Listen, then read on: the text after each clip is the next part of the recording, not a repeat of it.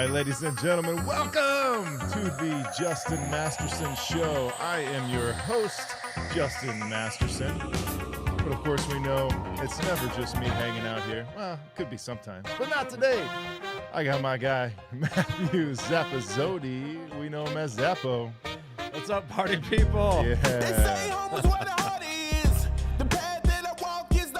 We just had a conversation with KEVI. KEVI MORSE? KEVI MORSE not too long ago, right? Yeah, I asked him a dumb question. I asked him, hey, how's your events going? You doing some concerts lately?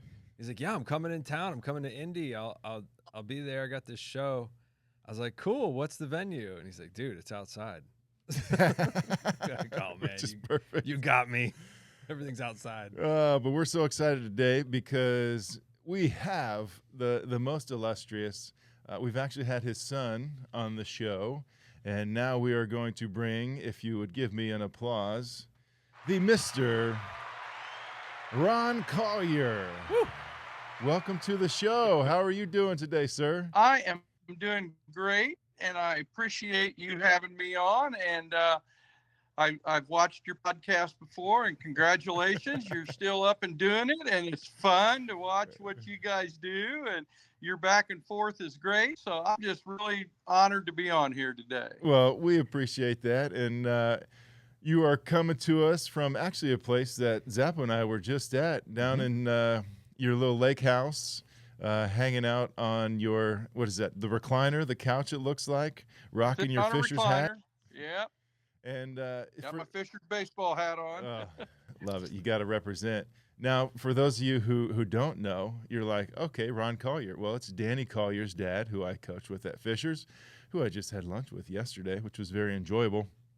But his father, who may seem unassuming as he sits there, was the president and CEO of Indiana Members Credit Union forever. I mean, pretty much. He just retired, what was it, December of 2022. But shoot, I mean, he got so many different awards. I mean, he was the NAFQ CEO of the Year award back in 22, and he's got so many different awards. I know that Ron doesn't care about those things because he is a man of the people. He loves the fact that the credit union was strong, that he had such a great environment where it was putting the members first, and it was very much a family atmosphere. And so he speaks the language that we speak. His son's incredible. He's got a multitude of grandkids, 3 great kids, a beautiful wife, Debbie, that he gets to hang out with, all the time. And there's countless things. Like I could just go through. Like Ron, I know you, but then I start looking some stuff up because I love talking to you and just being around you. And we go see some Pacers games, and you're a huge fan. But then I start seeing all the things that you did, and I'm like, holy moly! Like I don't know if I'm worthy to hang out with Ron Collier anymore. Well, I think you're really worthy of it. My goal in life was to play Major League Baseball. I was a pitcher, so I didn't make that. So you're definitely worthy of hanging out with me. And you are right. I was honored to get a few awards, which I don't aspire to get awards. My biggest award in life is this November. I will have been married to my wife for 44 years. And I think that's the biggest reward in life right there. Yes, that is awesome. That's incredible.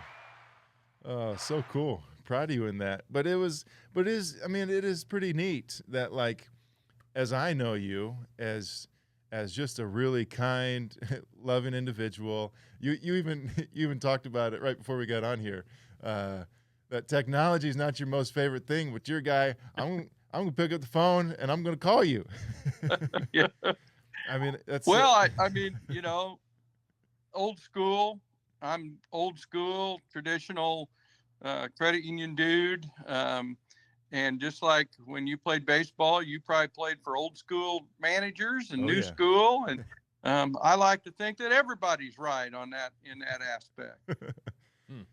Which is really cool. And to think that you joined the credit union in 1985. You know what year I was born, Zappo? I think it was 85. I mean, I'm not trying to make you sound old there, Oh Ron. no. Yeah, I'm pretty sure I was 83. Well, you know, I did my so- homework on you a little bit too before I came on the show. Oh, of course And, you did. Very interesting to see the things that you've done and where you were born. And you are a great friend to my son. And I talked to him this morning and I said, you know, you need to surround yourself with great friends. Yeah. Because it'll do you good for the rest of your life. Well, I'm glad he's still searching. So Yeah, one day he'll find somebody. that's right. One day he will find somebody who he'll hang out with, and they'll protect each other and enjoy each other. Oh no, Justin's got a good little group over there, but I'm in Westfield, and I could care less about the rivalry, but I do like to egg those guys on when I see them. So, go Rocks! Oh my goodness. No, I taught school at Noblesville High School when our senior class was bigger than the entire high school at Westfield. Things have changed a lot in 45 years. Wow. Yes, they have. Well, yeah. So, did you teach there, coach there? What was that like? Well, you know, I got into teaching.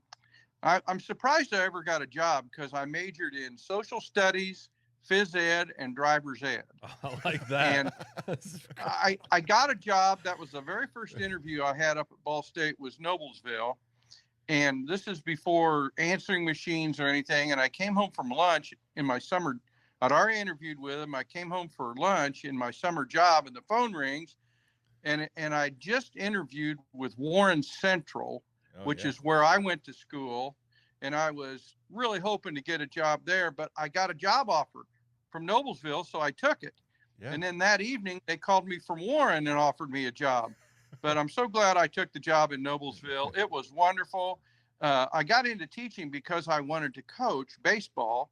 And probably had I stayed, I'd end up being the head coach there. But I ended up enjoying the classroom so much more.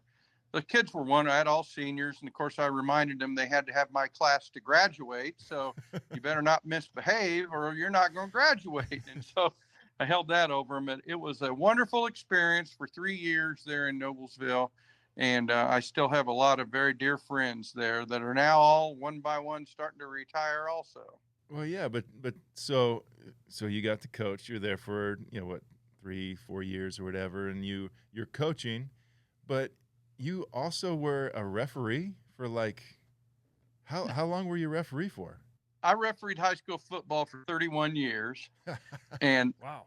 And it was such a joy on a crisp fall evening to walk out there on the field, especially the smaller schools, because it was such an event. Yeah. And hear the national anthem. And I was with the same guys the last 17 years that I refereed.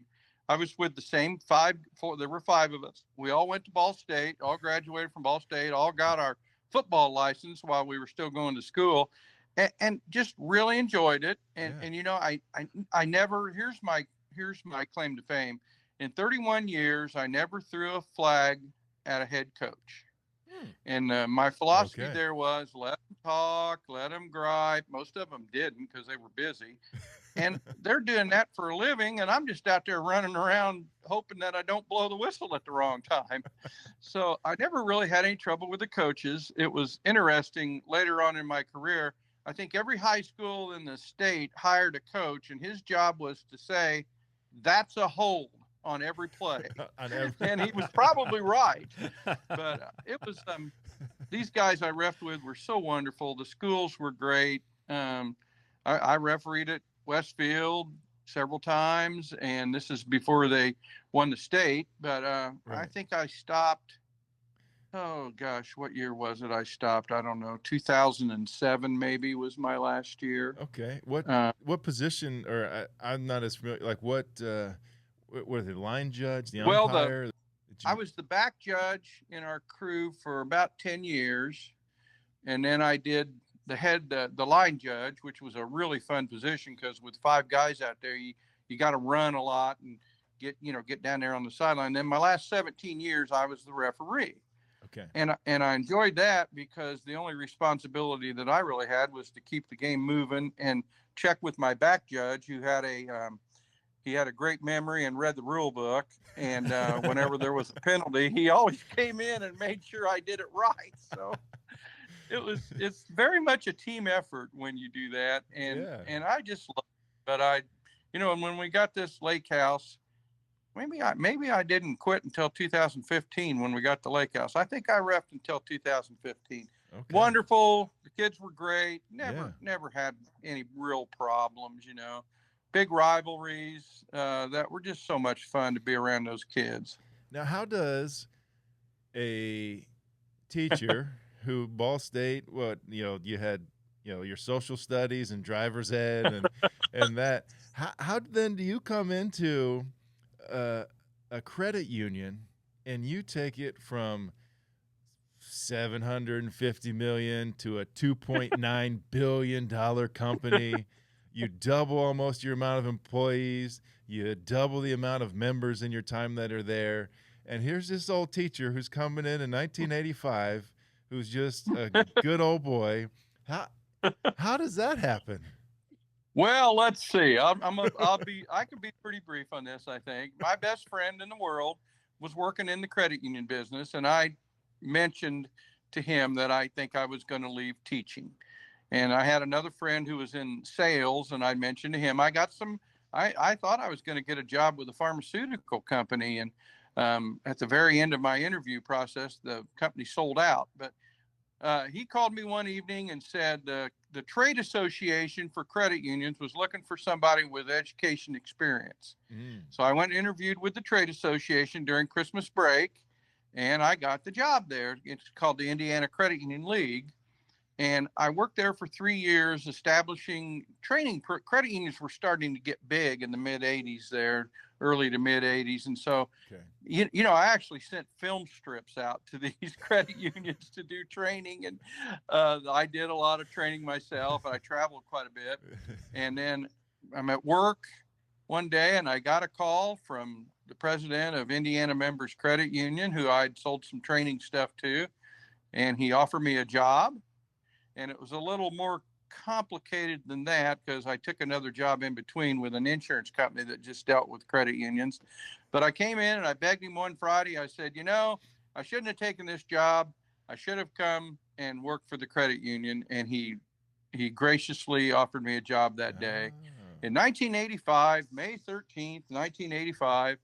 And I think that what happened with me was just kind of the great American business success story of a business that the credit union business was going through tremendous changes.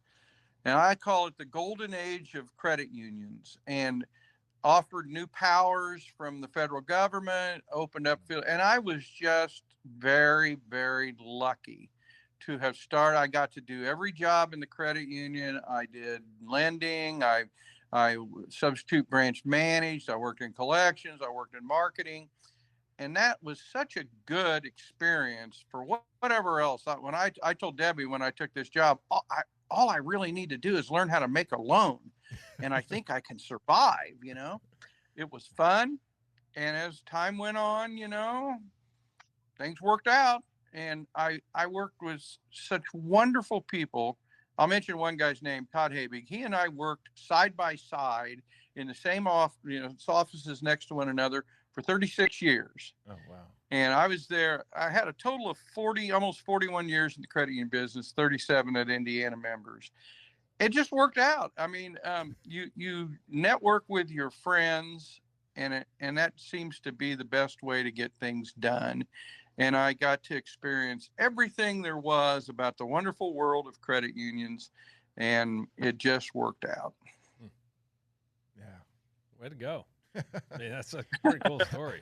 You said American dream. I mean, so what I do like is the CEO wound up having worked every position. So when you're managing people, which is obviously what you wound up, doing ultimately is managing all these different entities, you're like, yeah, I know, I've been there. That's pretty cool.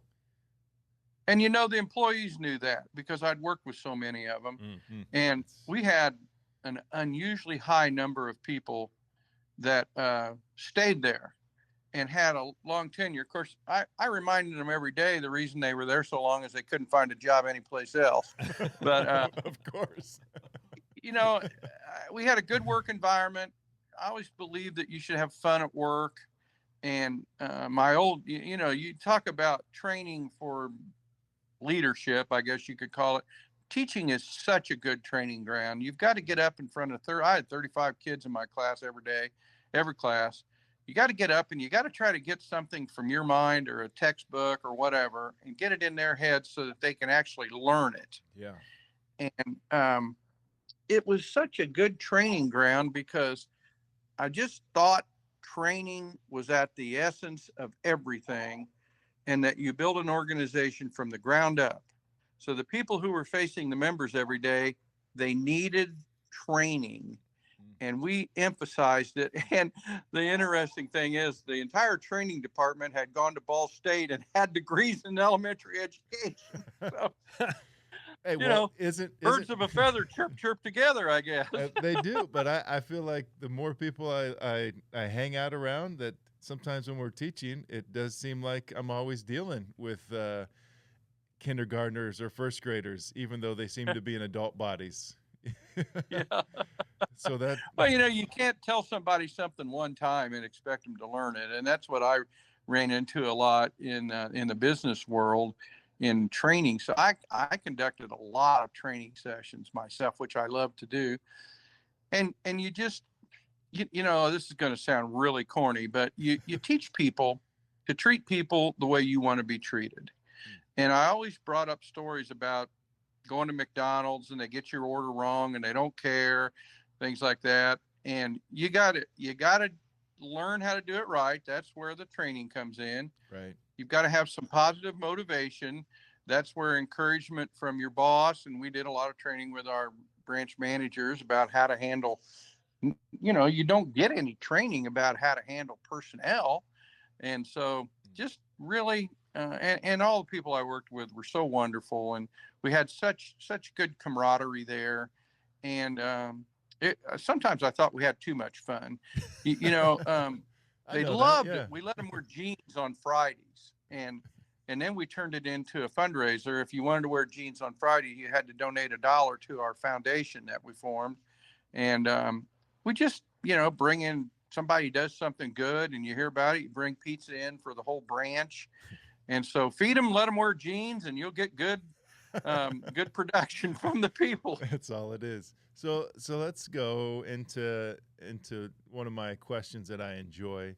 What has been, what was one of the hardest or difficult things during your tenure as a CEO, president? I think there were two things, but by far the most complicated and heart-wrenching was the pandemic. And we got early word because one of our members was one of the first people to catch COVID, and we started making preparations for protecting our employees and our members very, very early in that pandemic. And we decided that if somebody tested positive or if somebody was sick, we were going to pay them.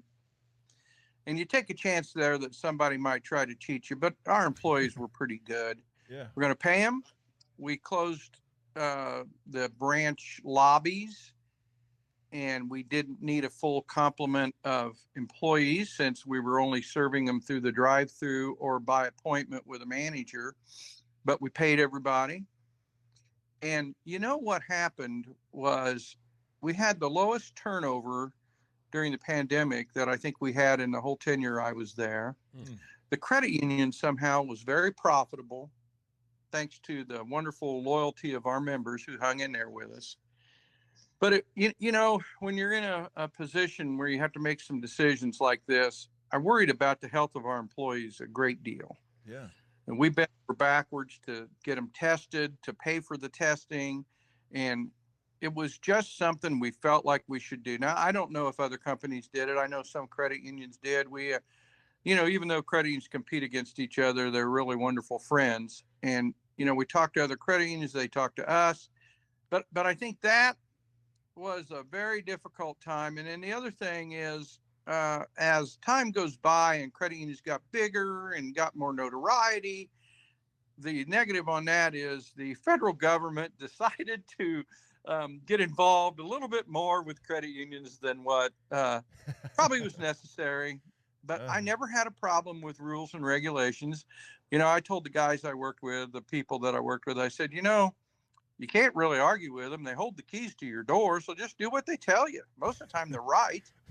But the government regulation got a little heavy, Yeah. and it happens in every business. But I think those two things, you have to comply with what you think is right, and then you compare it to what the rules and regulations that govern credit unions, which are not terrible, I don't think. But the pandemic was a tough time. Yeah. And I had been thinking about retiring before that happened. And then I decided there's no way I could leave the credit union until the pandemic is done. We're totally in the clear.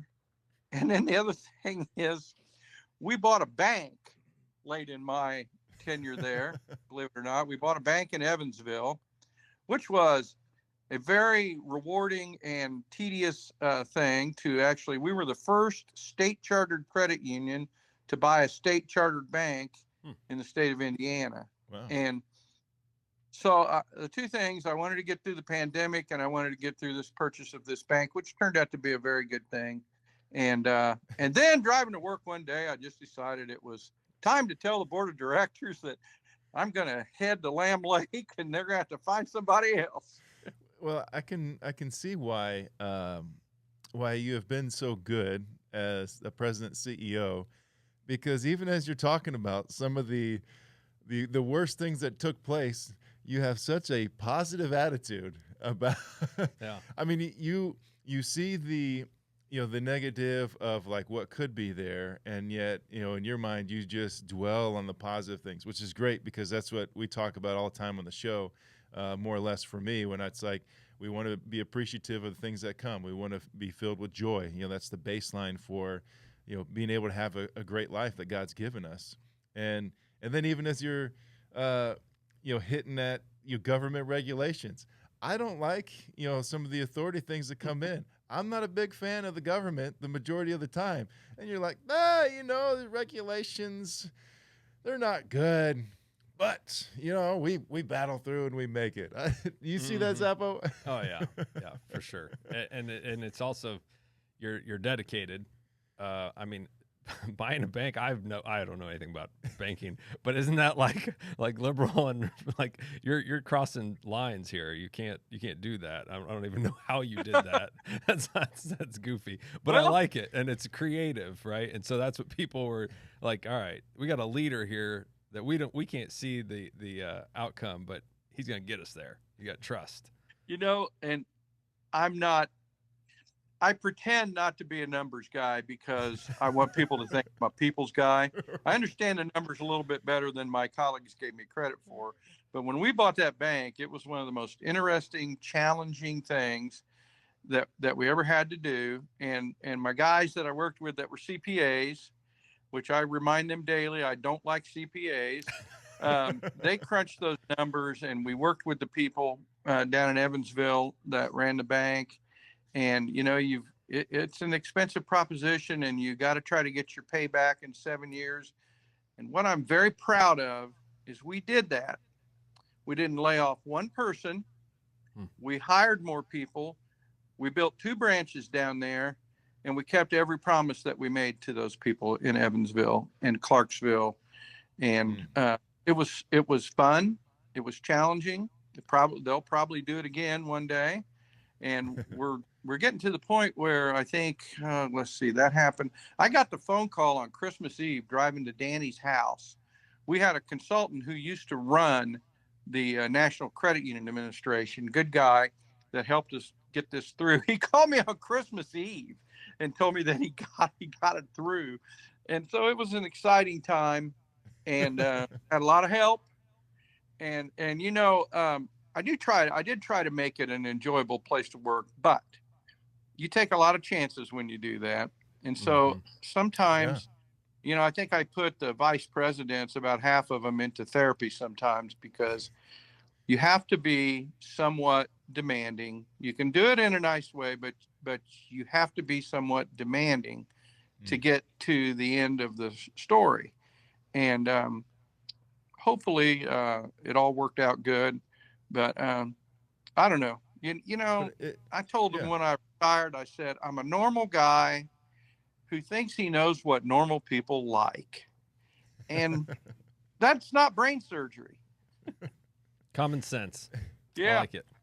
I told people, I said, I have a BS in secondary education, majoring in social studies, driver's ed, and phys ed, but I think I have a PhD in common sense.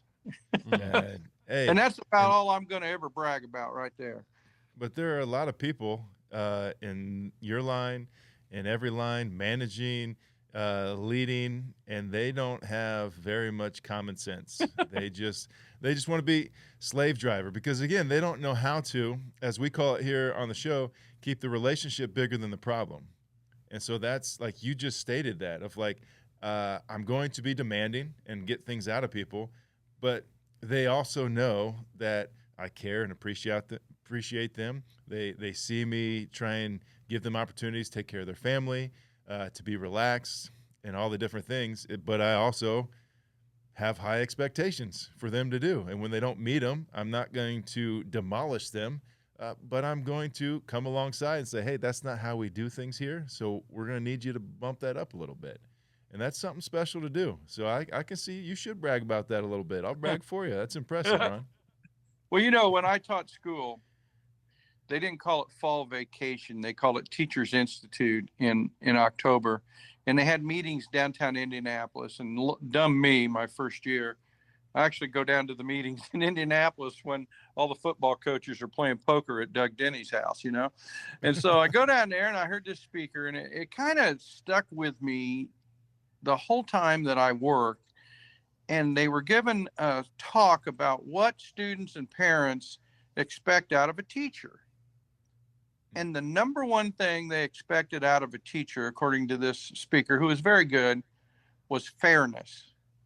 And that just stuck with me, that there's so much deceit, I think, in business these days, that if you can toughen up and just be fair, sometimes people don't like what you have to say, but just be fair. And of course, I wasn't always successful in everything I did, but that just stuck with me like crazy. Yeah. And you can ask my kids, maybe they think I'm not always fair, but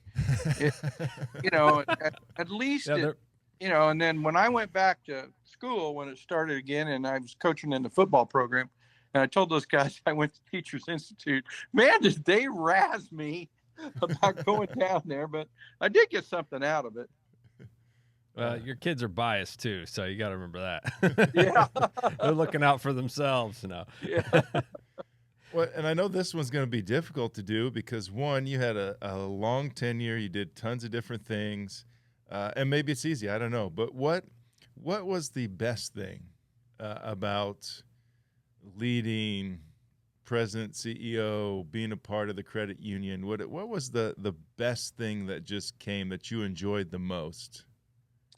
Well, I actually think that's probably a pretty easy question to answer. And I never dreamed in my wildest dreams that I would ever have become CEO of this credit union. But when I did, the best thing about it was the ability that you had to positively influence 400 employees and 150,000 members to come up with ideas in a team setting, which we very much had a team and family setting, to do good things for 400 families.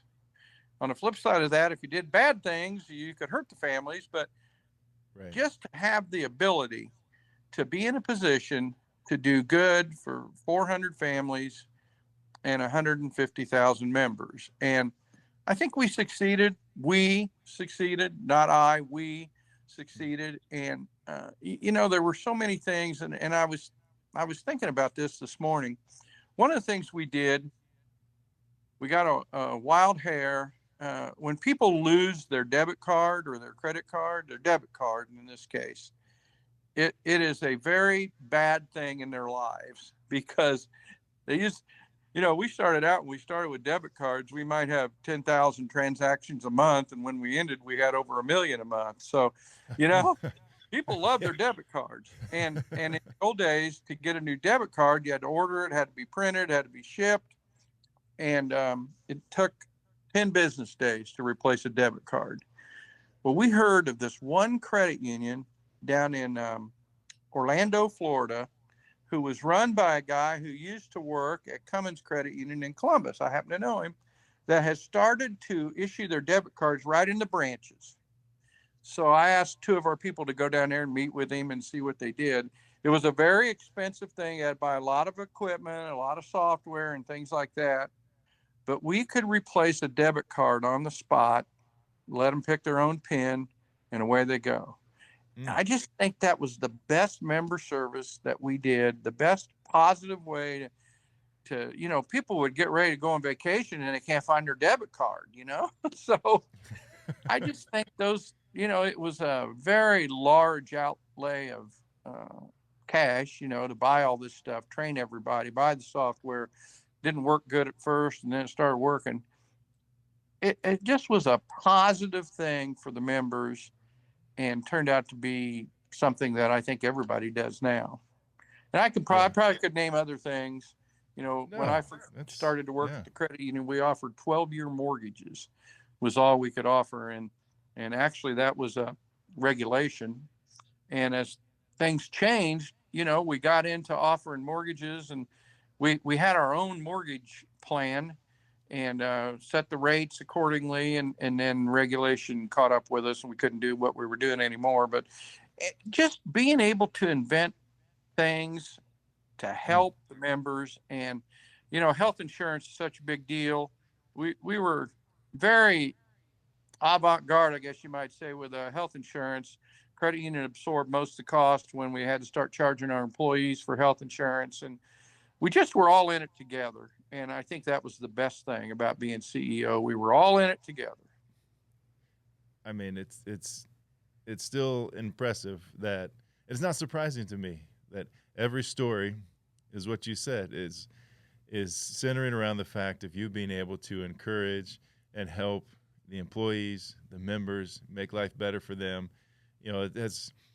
I'm sure there are great things that have happened personally to you in your life, that you've been able to do because of those things. But it's just, again, I think it's pretty neat that you do have the humility to be able to go like, yes, these lives are impacted, able to take care of these people over here. And so, I know I'm kind of fawning over you today, but well, I mean, he's got the philosophy that that you've adopted, Justin, and it sounds like Ron. People helping people. You talked about common sense a minute ago. Truth, honesty, and just being good natured to our fellow, Americans, fellow people, whoever's in front of you. I mean, isn't that the ideal American dream? Like, yeah, we want a mortgage and we want a house and we want jobs and money, but it's like, in the end, if we're not people helping people, which sounds like you guys have that DNA, and I think most people would agree. Like, yeah, I want that, but how do you do it? And you've kind of lived that out and said, like, I can help my members, sure. I can help my family, sure, but I can help my employees. They're not just workers. These are like my family. Yeah. And that's that team mindset. Baseball and football and probably other things that you've been a part of. That obviously translates, and that's what I hear. Well, the best thing that ever personally happened to me was when Danny caught the final out when he was a sophomore and New Palestine won the state championship. I did a cartwheel on top of the Indianapolis Indians dugout, and I pulled it off, man. It was a pretty good cartwheel. Is that on video somewhere? Oh, I that's sure gotta hope be. not. I sure hope so. I'll see if I can find that before this post. Well, and I think that Justin serves as a good example. Here's someone who made it in an industry where there's 900 people in the world that play Major League Baseball. Yet look what he's done with his life after Major League Baseball. That's why I want my son to hang around with him. Now, I don't know about Zappo. You'll have to tell me sometime where he fits into this whole thing. We're on the outside looking at it. It's okay. I just think that you're such a great example, and I'm sure you've talked to groups and kids, and you keep it up, because I think you're 39 years old. Is that true? That is true. Yeah. Yeah. Good job, See, I did man. a little homework. You got a long time to do good out there, and you have the platform to do good. So, you know, that's, I guess, It is. if you have the opportunity to do that, you take the opportunity. And I think there's something ingrained to be taught and trained, as you have been a part of your entire life, knowing that people need training, because there are countless out there who have similar platforms, who have big platforms, who take over big companies or are in the world to grow the companies and get them bigger, and still don't utilize that platform to impact lives in a positive way, to have people helping people. And so they're there, like, if you want to know, Zappo and I, in the world of what we're trying to do is trying to help people understand, to train them up to be able to take advantage of the opportunities that they're given, to be able to encourage and inspire and help people understand more. There's something greater than themselves. It's not just all about them. Like, we're not just about you, but we're about, the other things that are going on around us, trying to impact the people. And that is something that needs to be trained, which I think where that came into you was probably some early in life and a little bit of being around the right people, and then just seeing the positive effects of it. And that's what's so neat. That's why it's fun to talk to you right now. It's fun to be around, Danny, who has your same DNA, and, spend time, together doing these things, because we speak a similar language, and we're trying to get the rest of the world to understand that same thing, to be able to take advantage. And some of this show is not just like, oh, you have to be, the CEO of a company, or you have to have played Major League Baseball. It can be a guy who's running a nonprofit and somebody who may just be, you may be teaching. You may be unemployed right now, but I'm guessing you interact with people that gives you an opportunity to impact lives in a positive way, because that's leading. Everyone has influence in somebody. And so you take an ownership of that, and you've proven to do that. I want to do that just the same, and encourage people to do that. So then, I think after this, I think you need to start. I mean, I know you wanted to do some golf and fish and cheering on your Colts and Pacers and Cubs while you're retired. And of course, we need to get the piano in there, maybe a little guitar playing. Yeah. But I think you need to start writing your book too, if you haven't started writing it. The Life and Times of the CEO, from the education specialist to the CEO. I think there's something cool in there. We'll work on that. We'll get that together. I did build. My father-in-law, he's 93 years old. We have cut and split. I had a couple trees fall down here at the lake. We've cut and split 15 ricks of wood. He's 93 years old. I did build something called a sawbuck. So Google sawbuck when you get a chance, so that I could easily cut wood if he's not down here. So I did build that. I haven't done anything on the poetry or the painting or the piano or the guitar. You know, I think I'm actually thinking about writing a little short story about my father-in-law and the success he had with an 8th grade education out of the hills of Kentucky due to hard work. And also, you know, growing up, my father died when I was 4 years old. I have a younger brother who didn't even know him, and older brother who did. And my mother was the greatest example of a mother that anybody could ever have. Taught us to be independent. And you know, when you're going around as a little kid without a dad, you got to be a little self-sufficient. And so I think those things, I've probably tried to be super dad too much to my kids, but I think they know that I'm fond of them. And, you know, So hopefully something's rubbed off. Now, Danny, let's talk about him for just 1 minute. Okay. He and I are both left-handed, and but where that comparison ends is I could run faster than him. I time him with a calendar. I'm telling you. Tried to work on his speed a little bit, but he had a little more power than I did, and he threw the ball a little harder than I did. But he's apple of my eye, as are all my kids, and hopefully he's procreated this earth a little bit more than what I did. And so 4 kids. He just beat you. Hey, there's some cute kids though. I've got to have them in class. Wonderful. I've had them in class a few times, so it's always fun wonderful. when I can do that. So you got your book, you got this. As we kind of wrap this thing, put a bow tie on it. You've been giving it as we go, which is what is so cool. But what piece of advice would you give to your younger self, or to somebody inspiring, aspiring to be something, to do something, to encourage, to whatever? You said bits and pieces, but what would you say for that? If I were to give advice to a younger person, and if they would actually listen, this is what I'd tell them. You get a job, you come to work every day, you come to work early, you work hard, you do what you're told, you keep learning, you study your opponents or you study your competition or whatever, but you listen and you do what you're told, and don't want to be the president the second day on the job. You work your way up, you honor and respect your superiors or whatever, your bosses, and aspire to do something, but be patient. Don't call in sick. If you got a little headache, come to work, and just be there and do what you're told. Be part of a team. You're not always going to like what happens. Persevere. And I think that is the ultimate key to success. You can continue at your education, but I think that's overrated, to tell you the truth. You get somebody to come to work, they work hard and they work every day, they're going to write their own ticket. Yeah.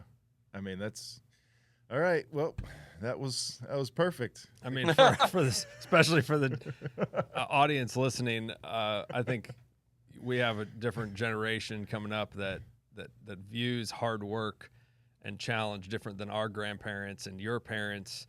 Ron, it's like, I'm not going to tell you that your hard work is different than my kid's definition of hard work, but I know it because I see it. And when you can say you've been married 44 years and that's hard work, like, yeah, it's easy to throw in the towel when things get tough, right? And that's where I think you're going with that, is like, just keep grinding and persevere, not because it's a bad environment, right? It's because there's something better coming. Yeah, the grass isn't always greener on the other side of the fence. and my wife went through a terrible experience 14 and a half years ago where she was basically paralyzed in an outpatient surgery, and I've had open heart surgery and 2 kinds of cancers. But you can't give up. She didn't give up. She's the toughest person I know. And you can't give up, and just do what you're told. Hit your knees at night, and try to do the best you can. So there might have been a chance where I don't know if it's because you didn't like Danny or what, but it seemed like somebody forgot to charge the scooter the other day, and so the scooter ran out of battery, and Danny had to push it all the way. Were you there for this? I have a happy ending to this story. Okay, what was this? So here's what happened. We went to see Samuel play flag football, which I recommend to all grandparents to go see flag football. The girls can run much faster than the boys at age 6. So we took her scooter out in the grass, which we don't normally do because it sometimes doesn't go, but it went pretty good.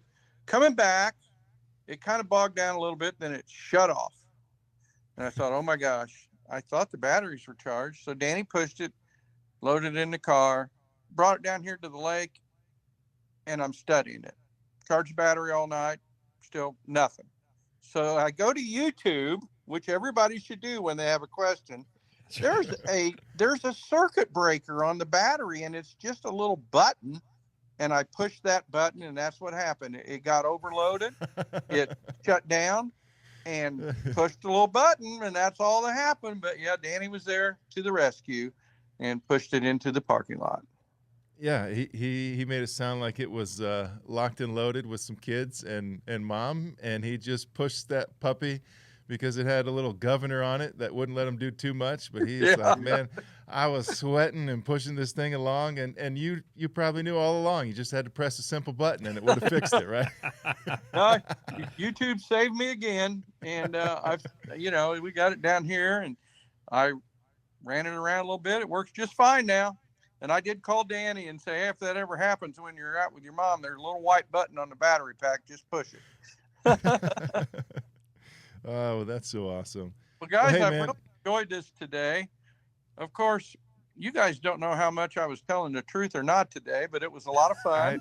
I have no clue whether you were telling the truth or not, but I also had a great time, and I will take your lies or truth and run with it, because it was enjoyable to talk to you and just hear the story and journey. So we appreciate you sharing and being honest or not honest. I got the fact checkers working on it in the background. We'll have an update on him for his whole life. So well, yeah. Thank you so much. It was very enjoyable, and really appreciate your friendship with my son and the mentoring that you've done with other young people. Keep up the good work.